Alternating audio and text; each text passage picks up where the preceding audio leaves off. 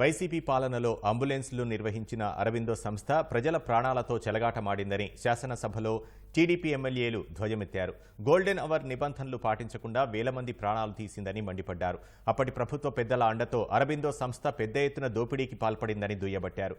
కఠిన చర్యలు తీసుకోవాలని డిమాండ్ చేశారు.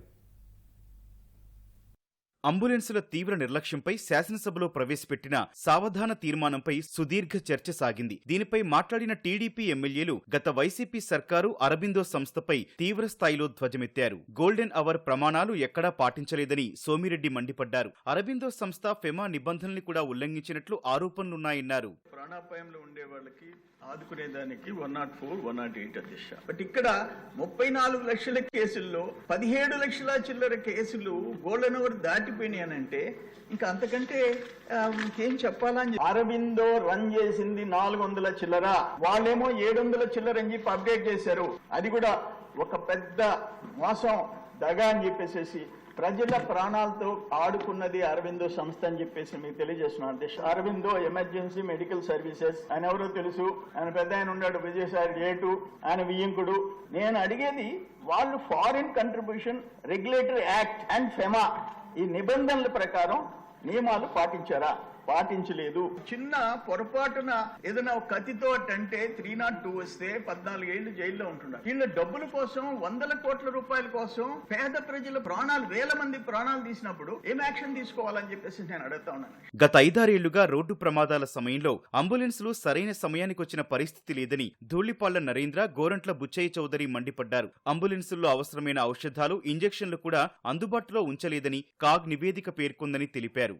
2020 వరకు యూకేఎస్ బీవీజీ కంపెనీ 531 అంబులెన్సులు ఇది పనికిరావు అని చెప్పి ప్రభుత్వానికి అప్పచెప్తే, ఈ కొత్త ఏజెన్సీ వచ్చిన తర్వాత 336 పాత వెహికల్స్ ని కొనసాగించారు. ఒక ఫోన్ మనం చేస్తే అధ్యక్ష, దానిలో 100 కేసులు వస్తే దానిలో 51 కేసులకు మాత్రమే 3 నుంచి 3-5 నిమిషాల లోపు ఆన్సర్ చేశారు అధ్యక్ష.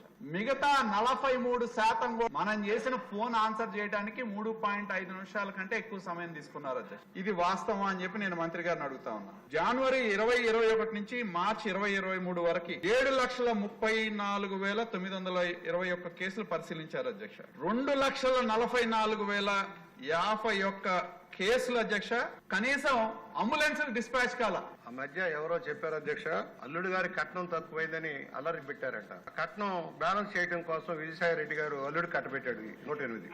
పాత రేటుకి 1,31,000 ఒక్కొక్క వెహికల్ కి ఇవ్వాల్సిందని 1,78,000 మార్చారు. పాత దాటికి కొత్త దాటికి 1,31,000 2,20,000 మార్చారు. అంటే దాదాపుగా 5 సంవత్సరాల్లో 856 కోట్ల రూపాయలు దోపిడీ జరిగింది సార్.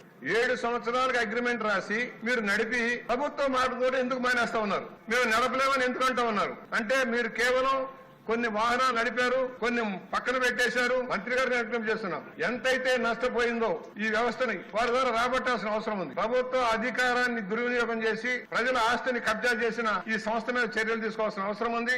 ఫెమా నిబంధనల ఉల్లంఘన, ఔషధాల కొరత, రోడ్డు పన్ను కట్టకపోవడం వంటి వ్యవహారాలపై విచారణ జరిపిస్తామని వైద్యారోగ్య శాఖ మంత్రి సత్యకుమార్ శాసనసభకు తెలిపారు. 2023 మే ఆగస్టు మధ్యలో కాగా ఒక రిపోర్ట్ ఇవ్వడం జరిగింది. దాంట్లో మందుల లభ్యత దాదాపు 60% తక్కువ ఉన్నాయని చెప్పడం జరిగింది. 5 సంవత్సరాల కాలంలో ఎటువంటి డ్రగ్ ఇన్స్పెక్టర్ లేకుండా స్టేట్ నోడల్ ఆఫీసర్ గా ప్రైమరీ హెల్త్ సెంటర్ సంబంధించిన ఒక మెడికల్ ఆఫీసర్ మాత్రమే పెట్టుకున్నారు అధ్యక్ష. డ్రగ్ ఇన్స్పెక్టర్ ఉంటే ఏమేం జరిగాయనే విషయం బయటకు వచ్చేది అధ్యక్ష, బయట రాకుండా చేశారు. అయితే 140 కోట్లు ఇప్పుడు ఇంకా బకాయిలు చెల్లించాల్సి ఉంది, వాటిని అడుగుతున్నారు. అవకతవకలు జరిగాయి కాబట్టి నోటీస్ ఇవ్వడం జరిగింది. బిల్స్ డిడక్ట్ చేసిన తర్వాతే బకాయిలు చెల్లించే ప్రయత్నం చేస్తాం. FEMA FRCA foreign regulatory contribution act కింద వీటిని ఏమైనా చర్యలు తీసుకోవడానికి అవకాశం ఉందా దాని మీద ఖచ్చితంగా ఒకసారి దృష్టి సారిస్తాం అధ్యక్ష. తర్వాత రోడ్ ట్యాక్స్ కూడా కట్టలేదనే విషయం కూడా వాస్తవం అధ్యక్ష. గత సంవత్సరం నుంచి రోడ్ ట్యాక్స్ కూడా కట్టకుండా ఉన్నాయి. ఎక్కడెక్కడ అవినీతి జరిగింది, ఏ స్థాయిలో జరిగిందనే విషయాల మీద ఖచ్చితంగా ఒక ఎంక్వైరీ వేసే ప్రయత్నం చేస్తాం. ఎంక్వైరీ ఆధారంగా ఏ రకంగా చర్యలు తీసుకోవాలనే విషయాన్ని కూడా ప్రభుత్వం నిర్ణయిస్తుంది అధ్యక్ష.